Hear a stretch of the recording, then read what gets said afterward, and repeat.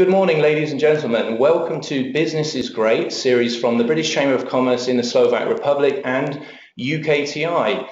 Of course, in the light of the fantastic news in the last week that Jaguar Land Rover have signed a letter of intent with the Slovak government, we thought that today we should update you on the latest and most relevant information on the Slovak automotive market.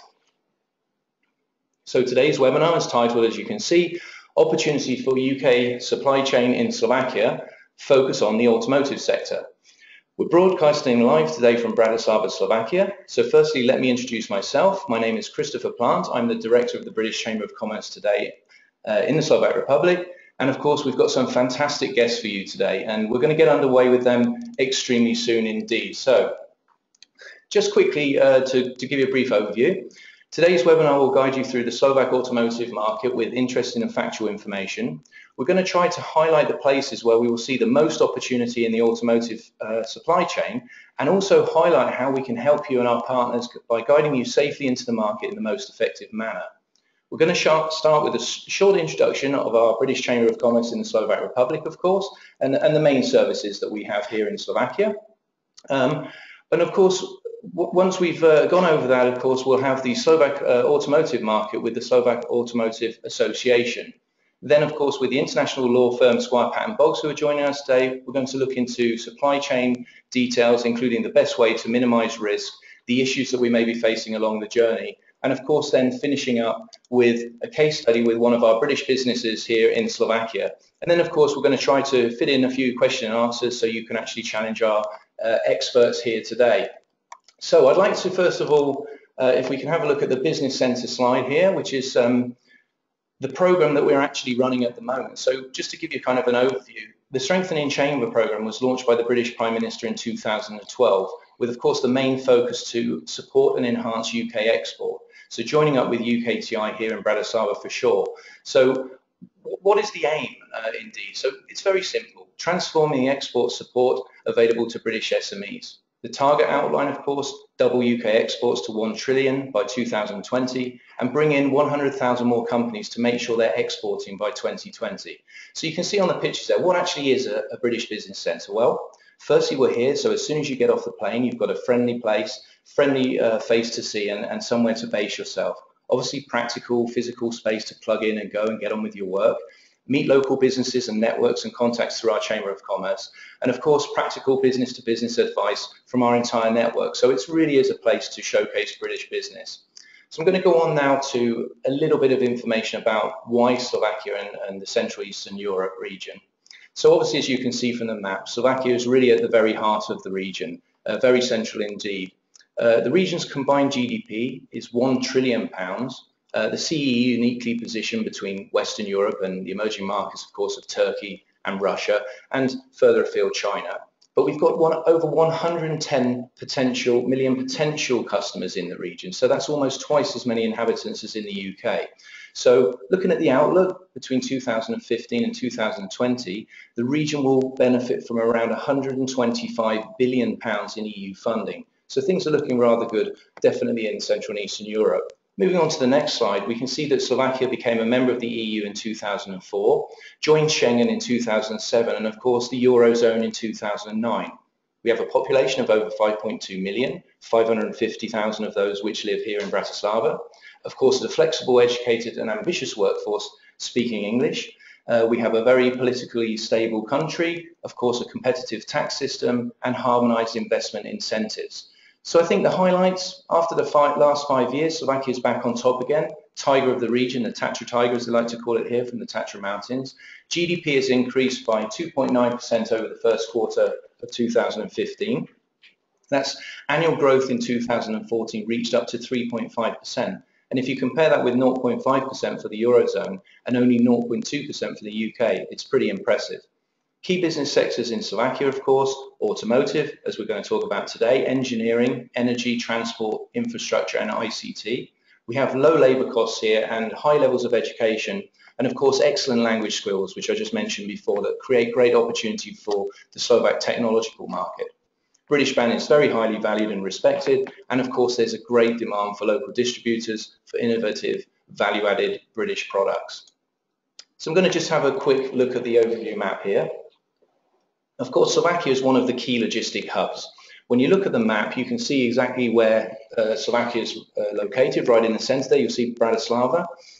And of course, we're very, very close to the neighboring countries. So capital city proximity, from Bratislava to Vienna, we're looking at 45 minutes only by car. To Prague, 3.5 hours. And of course, just to Budapest, you've got 2.5 hours as well. So we're very, very well located here. So obviously, that really does increase productivity. Now, what I'd like to introduce a little bit now is the trade mission that you might well be interested that's coming up. So I can just tell you a little bit about this. Just an upcoming event that we have, Automotive Trade Mission for British companies. Come and experience the automotive sector here in Slovakia, the Nitra region and its opportunities. So Nitra obviously in the headlines at the moment with the Future Industry Park. And obviously it's an opportunity to join the Slovak network of automotive subcontractors, Volkswagen, Kia, Peugeot, Citroën, of course, and perhaps Jaguar Land Rover in the future. So I think this is a great example of what the British Chamber, UKTI, are providing here in town, the comprehensive suite of services, market promotion, market entry, market development, and obviously expanding your business. So if you would like to get in touch with us about this event or anything else, obviously come to us on the information at bsbc.sk. But after that initial overview and introduction, now for the exciting stuff, we're going to speak with all of our attendees today. So first of all, to just kick off and let us get started, ladies and gentlemen, I would like to introduce and welcome to our Bratislava office the Vice President of the Automotive Industry Association in the Slovak Republic, Mr. Jaroslav Holicek. So welcome, Jaroslav. Hello for everybody, and thank you very much for the invitation. Super, thank you very much for joining us today. So Jaroslav, let's kick off with a short summary now of the timeline, the Slovak automotive history timeline. Yes, we have also a little history from the automotive industry in Slovakia. Also before the revolution in 1989, we had here the industry. We had two companies for this industry. It's Bratislava's automotive company and Trnava automotive company after the revolution. But the main industry in Slovakia before the revolution, it was the military industry. In 91 came to Slovakia the first big investor. It was very good opportunity for the transition of the industry in Slovakia. It was VW, and in 2003 to 2005 came two other investors. It was PSA, Peugeot Citroën, and Kia. It is the newest industry. We don't have only 3 car producers in Slovakia. We have also more than 320 suppliers in Slovakia. And we hope that we will again have one new investment in Slovakia. No, pretty good. That's very, very impressive indeed. And I think this highlights really the Slovak tradition and the industrial production and the skill sets, of course. Yes. So, no, very, very, very interesting indeed. So I think if we move on to the next slide, you mentioned obviously, or I think it's very important to mention definitely the car production as well. So this, could you give us maybe an outline of this chart as well? Yes, how I told, we started with the new history of the automotive industry in 91 with VW, and the biggest increasing of the production started in 2006, also with Peugeot and Kia, and you can see that in 2006 we produced more or less 300,000 cars, and we increased the production by three times until last year.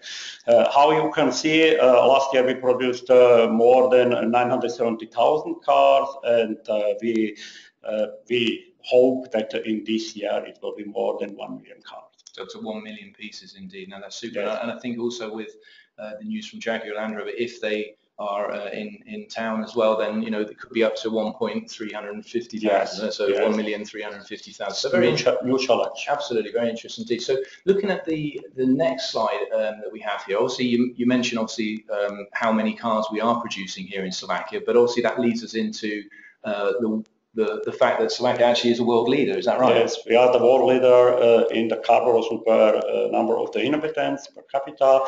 We produced in 2014 178 cars per 1,000 inhabitants, and how I told you, we will produce in this year more than 1 million cars. It will be also more than these 178. The importance of the automotive industry in Slovakia is very high. Yes. You can see this by these charts also. Absolutely, and I think also with your next slide, you have the impact of vehicle production that it has actually on the economy here in Slovakia. So I think these figures are very interesting indeed. Yes, the car automotive industry is very important. It means on one side we have very nice numbers, what I like to present, but the other side we have, like automotive industry, also a big responsibility for Slovakia, because Slovakia depends a lot from the automotive industry. You can see that we make share from the revenue of the industry by 43%. We participate on the export more than 35%. We employ indirectly in the automotive industry more than 80,000 employees, and we give the job in Slovakia more than 200,000 people. And the export generated by vehicle production, it's more than 70 billion euro. I should tell that more than 98% of the production of the cars in Slovakia is exported. Right, okay, well that's an interesting fact as well. So pretty impressive indeed. And I think one of the focuses that you mentioned as well was the obviously the automotive production rates as well. So I mean you have a graph here as well, yes, to illustrate but that. We can stop by this chart because it's not only the production of the cars. You can see also that we participate also by this 40% also with the supplier production. It means it's not only the car production but also the supplier production. Exactly, which is really important for us to know, obviously, on the supply chain as well there. So, and you also mentioned, the fact that Slovakia is really, a lot of the employment in Slovakia goes into the automotive industry. So maybe you can highlight that. Yes, you can. This is a number I thought these numbers, but I should tell that we employ more than 9% of all employees of Slovakia in the automotive industry. Ah, right, okay. So I think moving on to the next slide, which is a really important one as far as I can see. And obviously this is a map of Slovakia, which obviously British people you're going to have to get your map out at home and just have a quick refresh on where that is exactly. Obviously former Czechoslovakia, Slovakia just underneath there next to Austria, which we showed you in the map before. But I mean this brings you very clear and a picture of where the OEMs are. So yes, how I told, we have here 3 OEMs with 6 factories. We have 4 factories from VW in Slovakia. In Bratislava is the headquarters of VW Slovakia. Then we have Hyundai factory in Stupava, totally nearly by Bratislava. Then we have the gearboxes and components company in Martin from VW, and SKD preparation for the Russian market in Košice.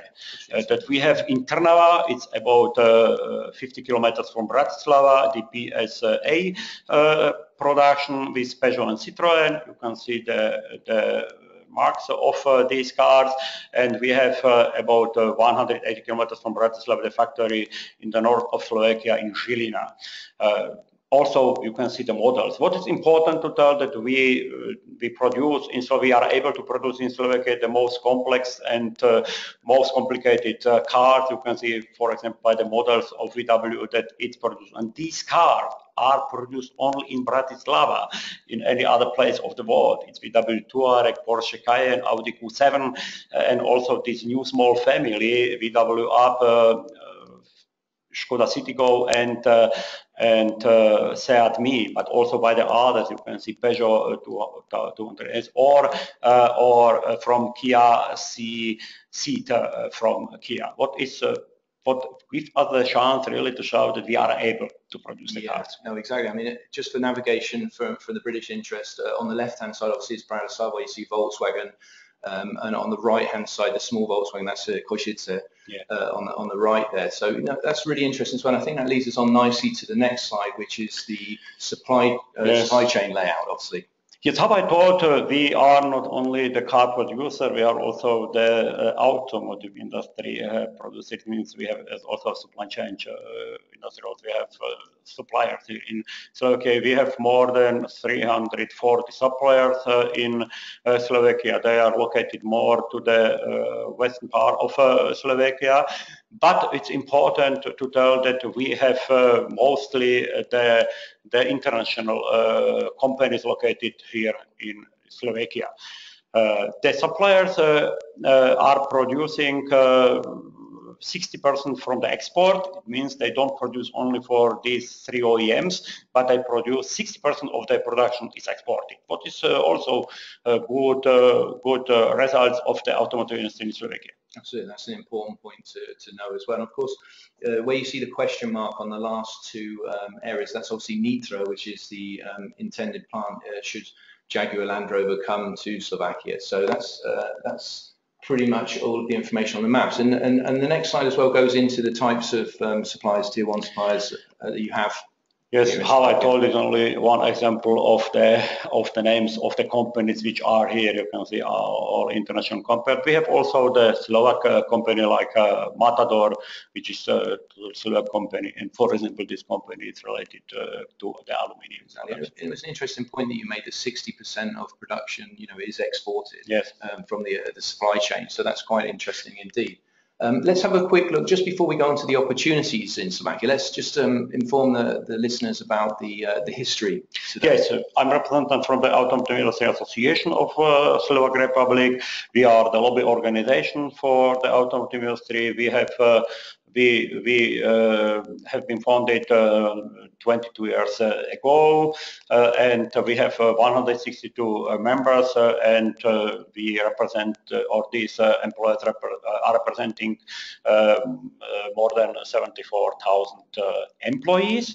What is important, we have also our vision and strategy. It's very simple to maintain or to do everything for the competitiveness of the automotive in Slovakia forever. It means, like I told, we have very high responsibility for Slovakia. We know it, that we have this responsibility, and we are doing everything that this competitiveness will be here and maintained forever. What is also important to tell that we are also prepared to help. We are participating with the government on all of the most important projects, and we are the strongest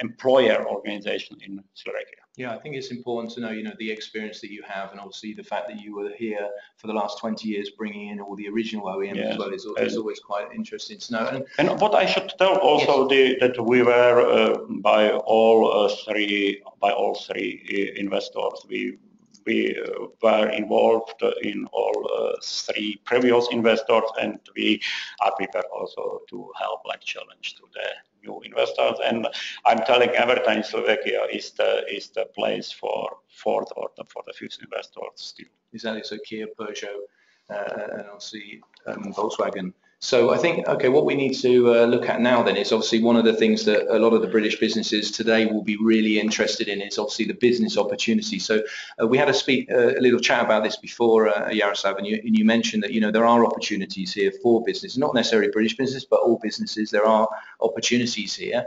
And could you perhaps sort of give us a little bit of an outline in that for us? Yes, how I thought, we have here developed supplier chain in Slovakia, but we have still opportunity. We should increase the investment in forges, in foundry and metallurgy industry, also in the mechanical engineering suppliers. And what is important, we must really increase the capacity in press shops and in tool and die workshops. Great, no, that's interesting indeed. And you mentioned also a couple of things here as well, plastics. And yes, because we produce here the complete cars. We are not the montage workshop of Europe. We have here complex companies. It means we need also to complete the supply chain also in the plastic models. And how I thought, we have here also suppliers for all interiors. It means to be prepared also in the plastic parts for the interiors, also for the exteriors of our suppliers. And how I thought, maybe one of the biggest opportunity is tool and die. Mm-hmm. This is really big opportunity. this is something what Slovakia need to increase, and also that heat treatment which is related to the metallurgy industry. Right, so something to know in tool and die is one of the areas.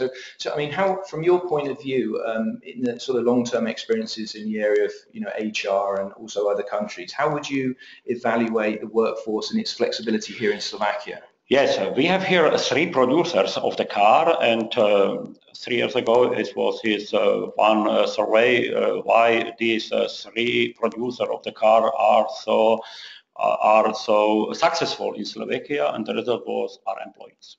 It means really here are good qualified employees. The people are very flexible in the work, and also I should tell the labor law it's prepared for this flexibility.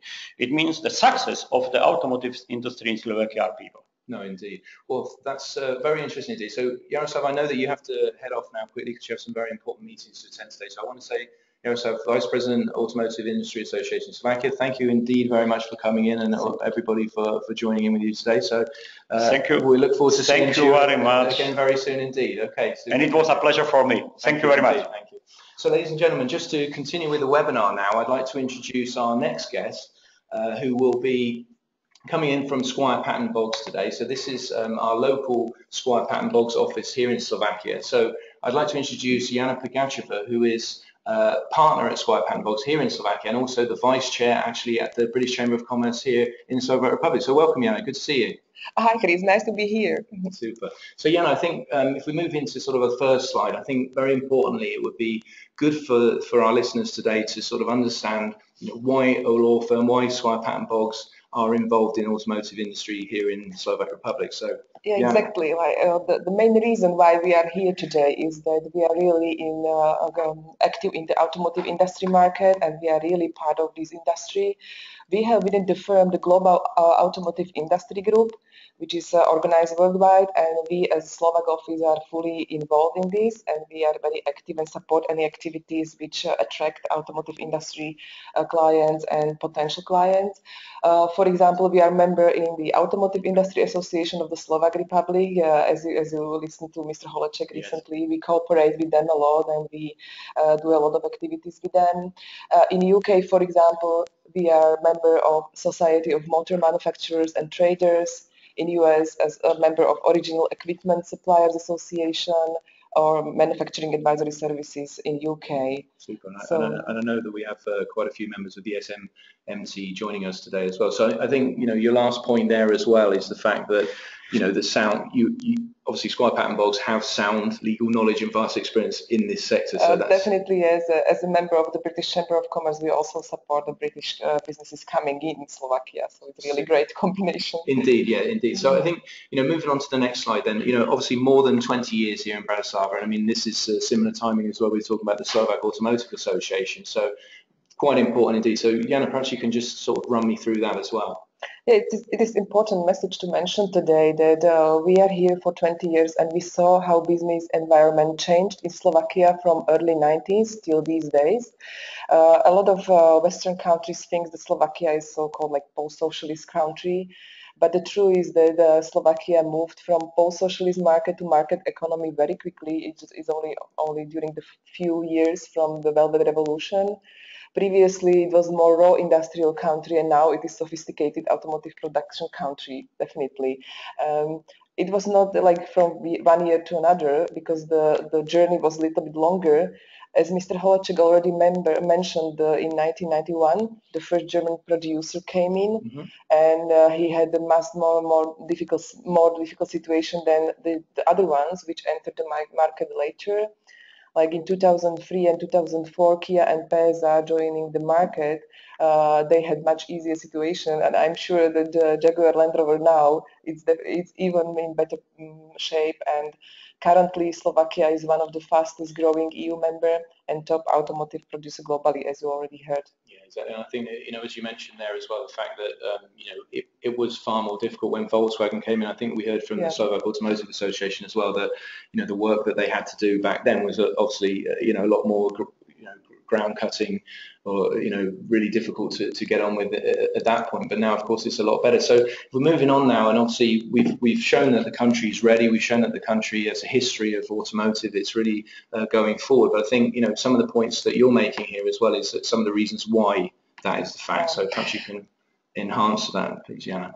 As lawyer, I have to definitely point out that Slovakia, as an EU member state and member of Eurozone, is in a different position than a few years ago.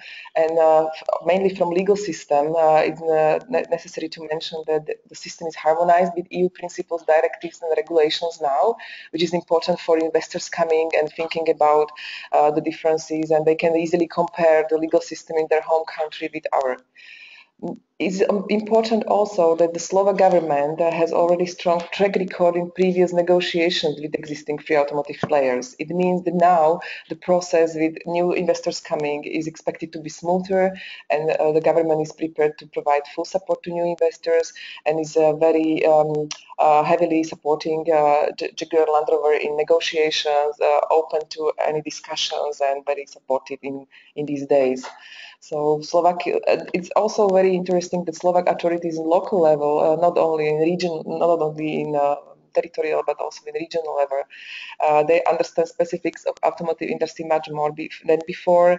It's important, for example, with labor authorities, with environmental authorities, and other regulatory bodies which the automotive industry suppliers will have to be in touch with. Yes, so we can see that really Slovakia is really on the map and definitely ready for this. So on your last slide here, Jana, that you've put together, is just some areas, just sort of briefly, you can perhaps give the British companies an overview of perhaps what they need to consider here in Slovakia. It's definitely a lot of areas to consider. I pointed a few of them in this presentation. We don't have so much time to discuss in detail, but I would like to point out the main ones. Definitely the first one is the corporate area, where the coming investor have to deal with the proper legal entity and the corporate governance within the entity, obtain the relevant license. One crucial area is also real estate, because the acquisition of land for the site can be the issue in Slovakia. Investors have to obtain the building and construction permits, have to enter into contracts with construction companies, and this real estate area is heavily governed by the Slovak law, so it has to be really consulted and discussed. Employment is a crucial area for every automotive industrial producer, and each one have to deal with full-time employees and also temporary employees issues, with trade unions, reorganizations, redundancies, labor offices, etc. You see on the list many others. As the very interesting one is also environmental safety and health, which is also heavily regulated in Slovakia. And for negotiation with the government, also all aspects of state aid have to be analyzed, because if you want to obtain some investment support from the government, you have to negotiate the conditions. Of course, no, indeed. Okay, well, Jana, thank you very much indeed for joining us today. Thank you indeed.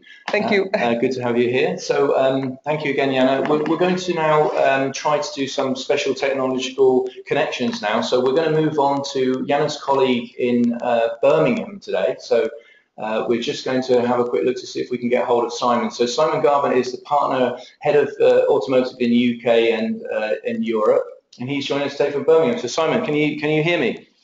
Yes, good morning, Chris. I can hear you loud and clear. Feels a bit like a Eurovision Song Contest phone-in, but yes, reading you. Indeed, no, well done. That's great. I'm very happy that you managed to meet us today. So what's the weather like in Birmingham today? It's a bit rainy today here. It's a little bit overcast, but that's not unusual in the summer here. Today, yeah, indeed. So I'm sure most of our colleagues that are calling in today have got some weather going on there too. But we've got to talk about weather because we're British. So here we go. So Simon, let's have a look quickly at the rationale behind what you're going to talk about today. I think in our first slide here. So perhaps you can give us a brief introduction. Thank you. Yeah, sure. I mean, I think first of all, what I'd like to say is obviously that it's great to be here at what is a very exciting time given the recent announcement.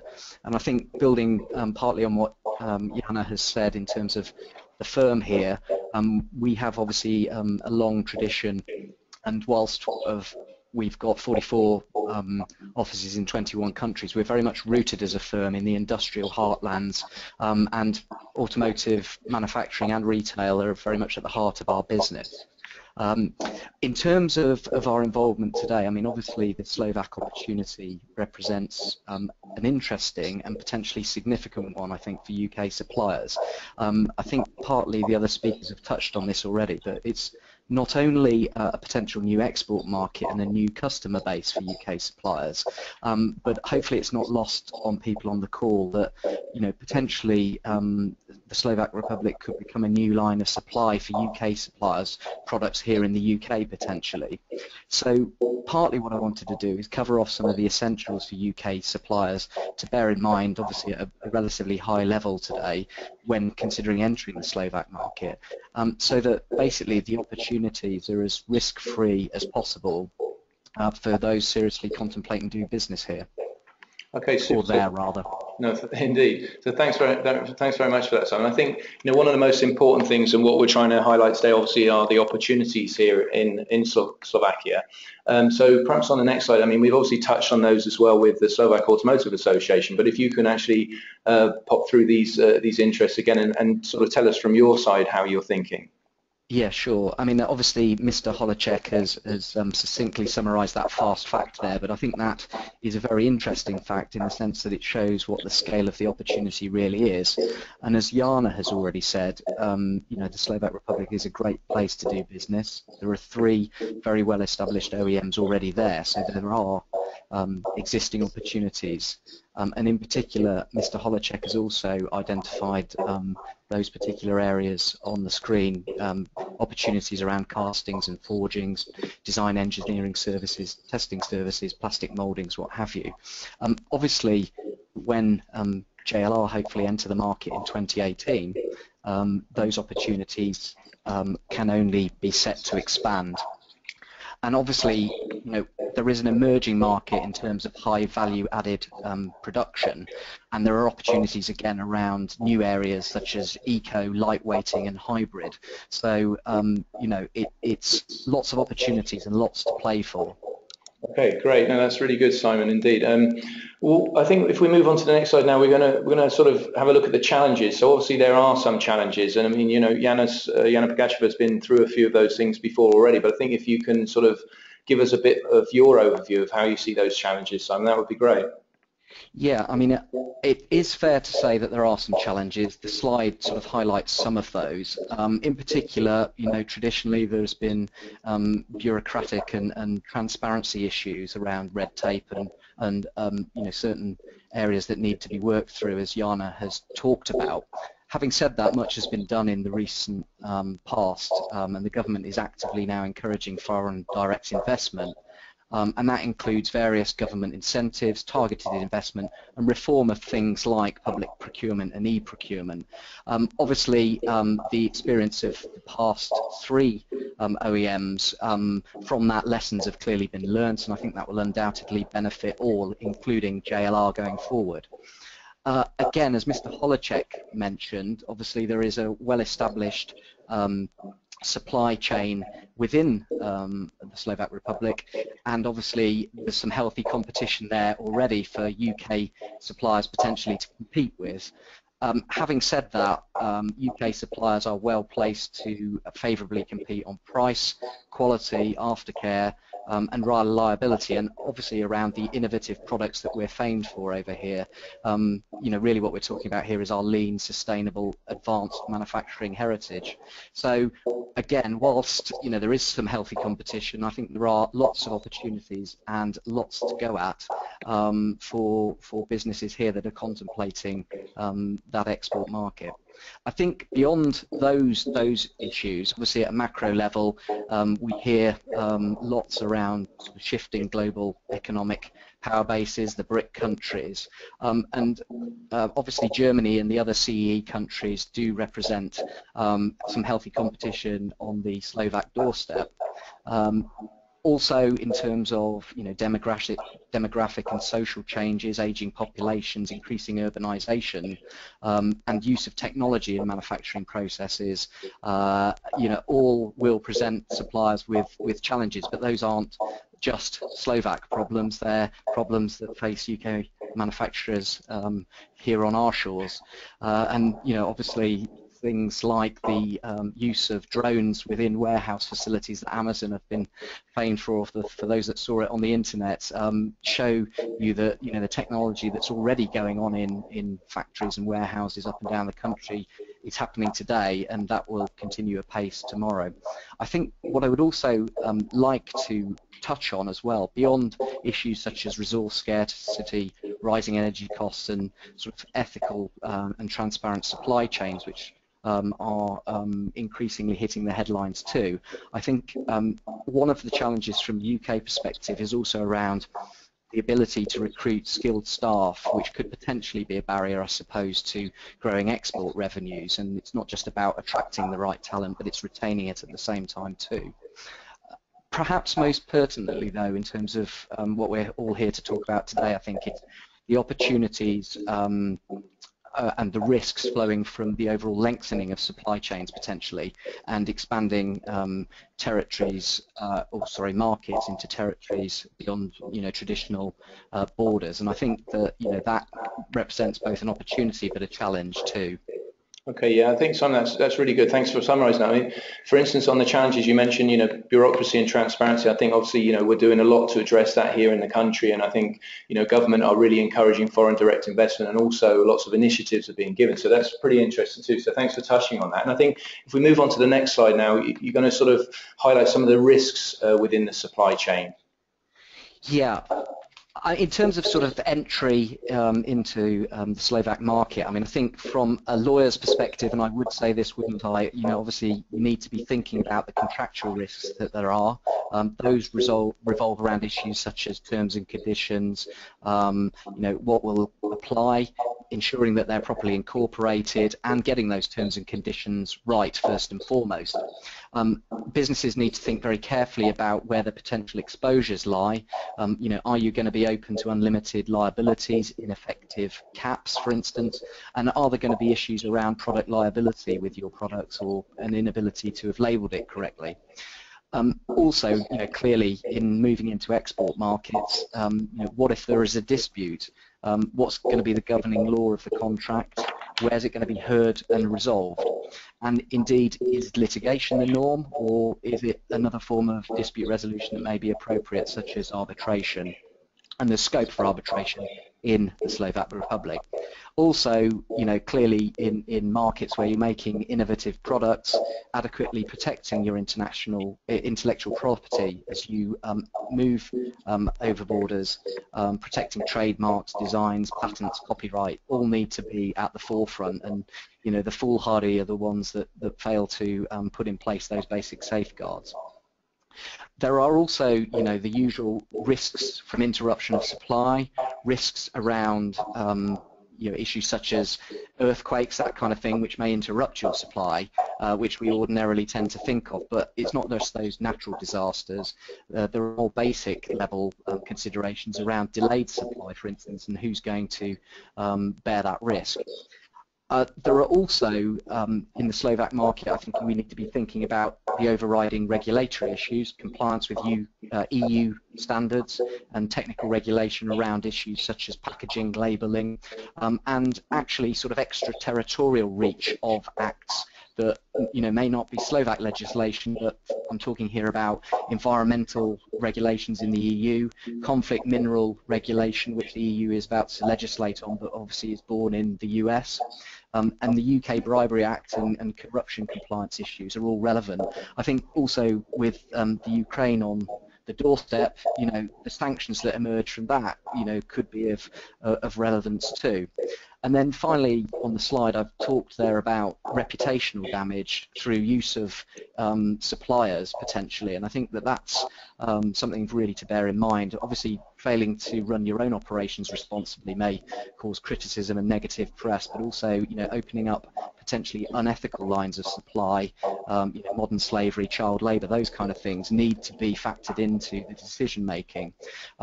Also, sort of labour conditions in factories on the other side of the world can often lead to very negative PR, as Primark found out to their cost when there was the earthquake in Dakar, and they weren't the only UK fashion retailer to suffer.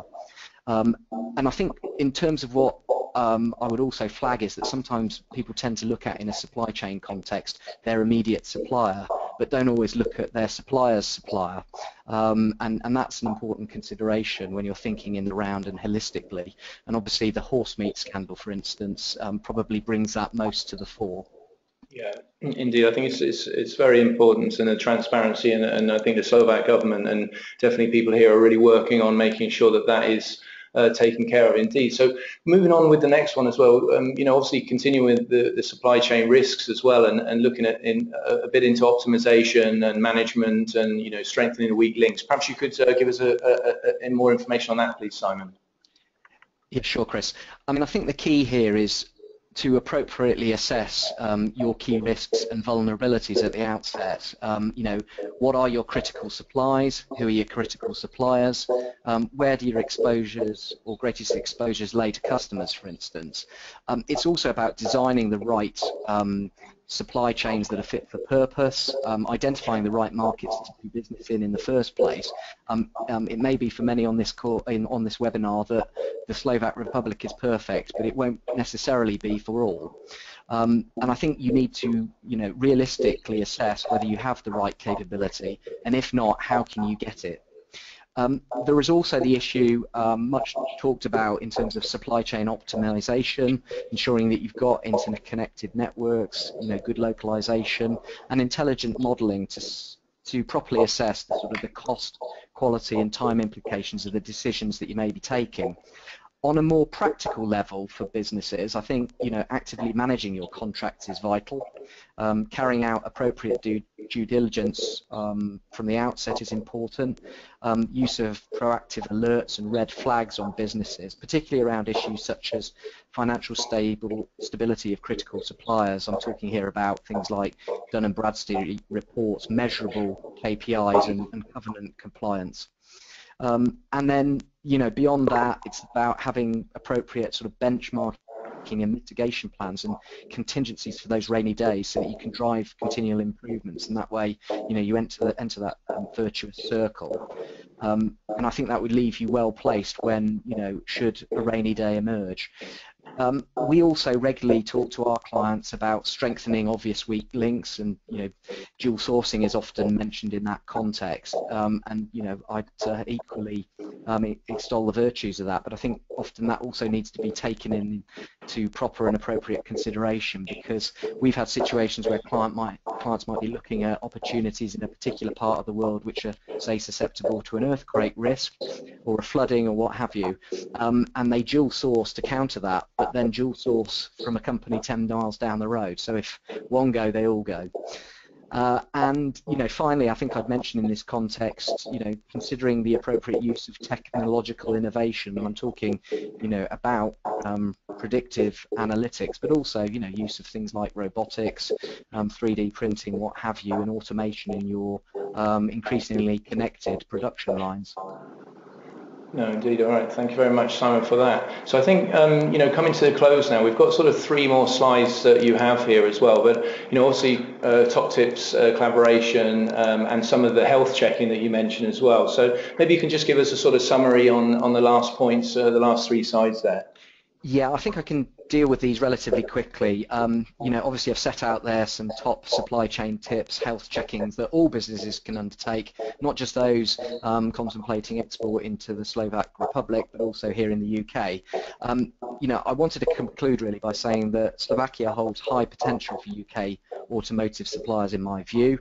There's lots of free advice out there to help companies looking to export for the first time or seeking to break into those new markets, and that includes through government-backed organisations and government entities.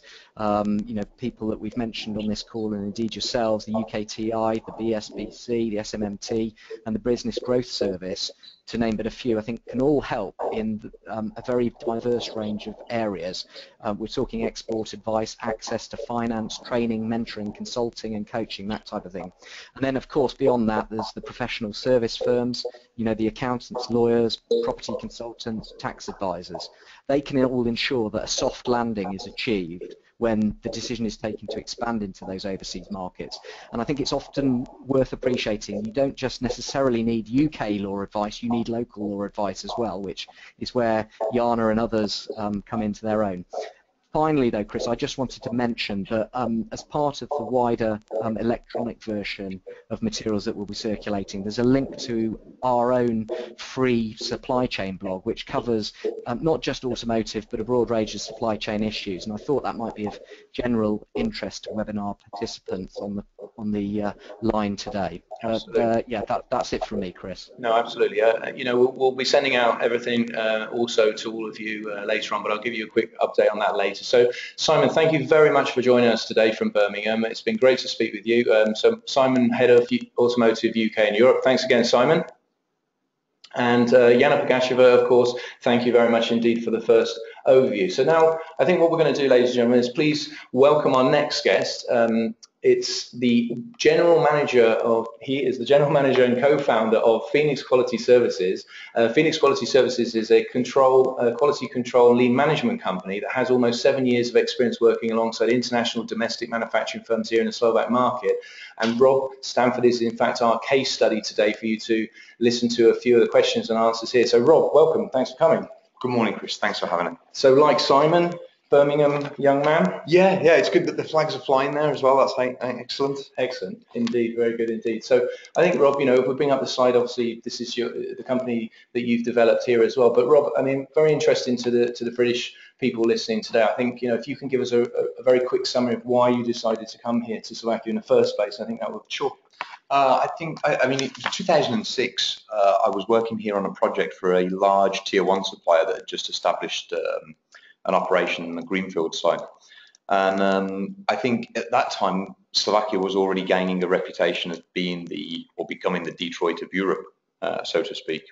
And I realized two things immediately. One was that even back then, so nearly 9 years ago, there was already a huge amount of activity, and it didn't show signs of ebbing or slowing. In fact, it was accelerating. And of course, as a service provider to automotive or indeed manufacturing companies, I realized that this was going to be an important hub and really somewhere that I needed to be in terms of growth. Right. And I mean, you know, Rob, in your time here, you know, how has the industry evolved in Slovakia since you've been here? I think that a great deal of resource investment has taken place in the last couple of years. Areas such as upskilling the workforce, and I think it was already mentioned before, actually, the introduction of technology that, let's say, 5 or 6 years ago was reserved for more mature environments or Western economies. It's actually being embraced here, and in fact in some areas even advanced, I would say. So definitely the Slovaks' embrace of new technology and the significant investment in upskilling the labour force is a considerable attraction. Right. Well, I mean, I think a question that, you know, I'm sure all the businesses listening today are really keen to hear, and we've had some questions coming in already. You know, how easy is it for you to do business here, Rob? I mean, you know, has it helped to work with Slovak partners, of course? Yeah, I mean, sure. Again, you know, I think that this is, as somebody else was saying a little bit earlier, any company who is infiltrating a new market, wherever that market be, is exposed to certain risks. And in Slovakia, it's no different. Or one of the recurrent themes, even on this webinar, has been about transparency and those kind of things. And yeah, for sure, in Slovakia, there are some areas, for example, where bureaucracy and lots of it is quite a difficult topic, and navigating successfully and harmlessly through that is a challenge. However, yeah, looking for the right service partners, using the resources available, such as the chambers of commerce, is a great way to ensure and protect yourself from those risks, big and small. So, I mean, you found the right partners, which is important. So they do exist. Yeah, they do exist, and furthermore, you know, within the organisations like the British Chamber of Commerce, of which we're members, the members themselves have a great deal of knowledge and wealth, and they're very generous in sharing that. So, right. You know, and there are many other sources also. Indeed, no, great. So, I mean, you know, let's say, you know, a new OEM comes to the country, how might that affect you in particular, or your business or the automotive sector in principle from a British perspective? Yeah, I mean, well, to be fair, we're always excited about the prospect of any new manufacturing companies that are looking to establish here. The truth is, though, a lot depends on what our sourcing strategies. And so, it's very hard, in fact, to speculate really at this point, because you don't know how they're going to. For example, there are a lot of existing suppliers when, for example, JLR will establish here. They have already an existing supply chain. Some of that will change, some of it will stay the same. So, and it's harder until there's more details to know exactly how that will pan out. Of course, but I mean, just in the past, obviously you've been working with Volkswagen, with with all the different companies. Yeah. So I mean, how have you found that from a British perspective? It's pretty straightforward. It's very straightforward. Yeah, it's because the core principles of their the rules of supplying or establishing a business relationship or supply relationship don't invariably change much. So yeah, and it doesn't change because it's in Slovakia. So. Great. Well, look, Rob, thank you very much indeed for coming in. I know it's been quite a short conversation, but as one of the most experienced businessmen that we know here, British businessman in the automotive sector, it's been great to have you on board. And I hope that when the British businesses have questions to ask in the future, you'll be able to help us out with that as well. So thanks very much, Rob, indeed. Thanks for joining us. Thanks for having me. Thanks a lot. Great. Okay. So moving on now. So we get a little bit of time for question and answers. I'm hoping that we'll be able to just quickly have a chat now with Ivana Wimblau, my colleague from UK Trade and Investment here in Slovakia. So welcome, Ivana. Thank you very much indeed for popping in today. Hi, Chris, and hi, everybody. So, I mean, one of the questions that's been burning, and I'm sure people have been hearing a lot of things, is, what excitement have you noticed here, since the last week, since the news has come? Obviously we've all been talking about it. Since Jaguar Land Rover have signed the letter of intent. What have you felt has happened in the short term?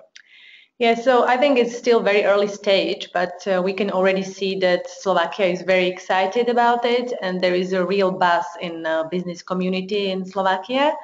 Everyone in business feels positive about it, and they are looking forward to what this might bring in the future. Yeah, no, it seems to be quite important, and I'm sure British businesses are starting to feel the same too. I mean, what do you think, Ivana, this does? As a Slovak yourself, working at the British MC for the last 10 years. I mean, these are exciting times when things like this happen. So what kind of does this do for Slovakia's image, and how might it affect the imagination of British business? I think that at the moment, the most important thing about this news is that it puts Slovakia on the map. It brings Slovakia into focus and highlights the fact that we have a very fast-moving and interesting market here. Slovakia has excellent automotive industrial footprint, and that's also why it became preferred location for Jaguar Land Rover.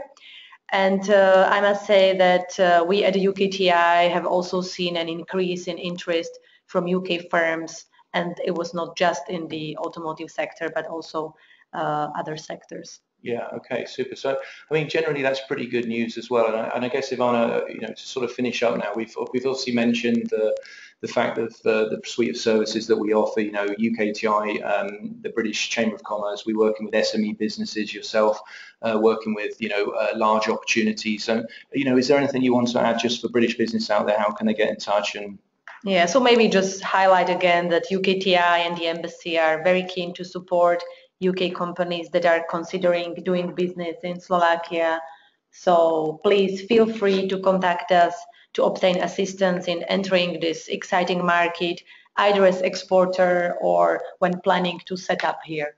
Okay, great. So thank you very much indeed, Ivana. That's been really good and great news as well. And so as Ivana says that, obviously you can get in touch with the Chamber of Commerce herself, obviously, as well in UKTI. So thanks very much indeed. So I think that now just to sort of finish up, thanks, Ivana.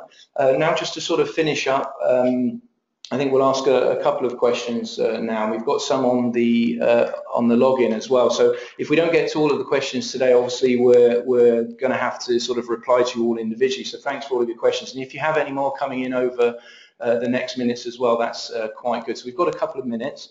The first question I've got here is somebody's asked how to get customers from abroad.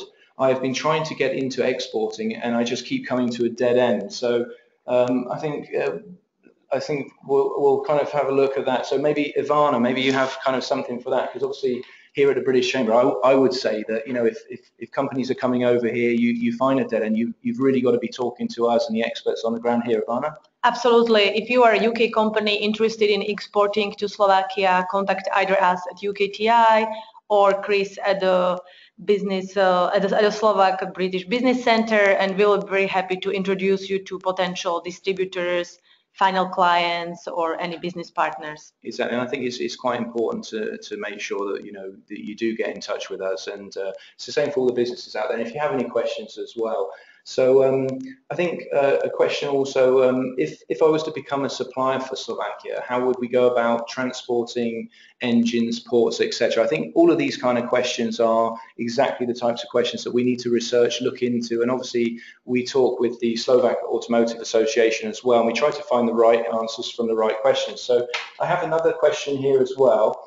And I'm going to ask Mr. Pribula from the Association of Automotive to perhaps take this one. Mr. Pribula, welcome. Thank you. Hello. Mr. Holacek has already had to leave, but we have one here. It says, you know, the fact that we've mentioned supplier development, how do you see the readiness of subcontractors for the automotive industry? How would you see the readiness of contractors here? So, this is a big target for our association, because we see that the trend now by the car makers is that they would like to have more flexible and shorter supply chain, and this trend, which was in past, that they would like to buy cheaper parts from the countries which are more or which are not too close to the production plants, is now changed. Mm-hmm. Therefore, our target is to find the suppliers here in this area. Of course, the car makers, they push on their system suppliers that they come to the country, but more times the parts for these global suppliers, for these system suppliers, are imported, and the aim is that these parts are produced here in area. Therefore, if we are not able to offer them the suppliers, then the potential investors are for us very important, and you can see, or you have the opportunity to see the gaps on the market. Super. No, thanks very much indeed. So the last question I've just got quickly here, I'm going to throw this one to you, Simon, quickly. We've got the last minute now. So where we typically see suppliers making the biggest mistakes overseas, you know, in export expansion growth, you know, what can you answer with that, Simon? Is there something that you can help us with? Yeah, I mean, I think that what I would say, and a lot of the speakers that have spoken today have all touched on this, and I think ultimately it comes down to, you know, failing to prepare is preparing to fail, and trying to do too much too soon. And you need to assess the risks, but go into the opportunities with your eyes open and properly have risk assess those before embarking. Okay, no, super. Thank you very much indeed, Simon. So I'd like to thank everybody that's been on the webinar today. Unfortunately, I would probably take me another 5 minutes to go through all the speakers, but obviously thank you for this Automotive Association for coming. Thank you very much for Squire Patton Boggs indeed. Thanks for Phoenix and Rob for coming in, and obviously UKTI, Ivana, and ourselves at the British Chamber of Commerce. Thank you for taking part today. We will have another webinar coming up very soon. I wanted to just highlight again the focus in October for the automotive sector event in Nitro, which is 8th to the 11th of October. So please get in touch with us as soon as you'd like to join. And just basically on the last slide, I'm just going to pop into, thanks again for joining us today. You can catch us on the cebusinessportal.eu/webinar to see this webinar again. We will be sending out information to all of you where you can download all of the presentations, and please watch again and get in touch. So I'm afraid we're going to have to say goodbye today. So thank you very much indeed for joining us, and we'll speak to you in the next automotive webinar, which will be coming in the next couple of months. Thank you very much.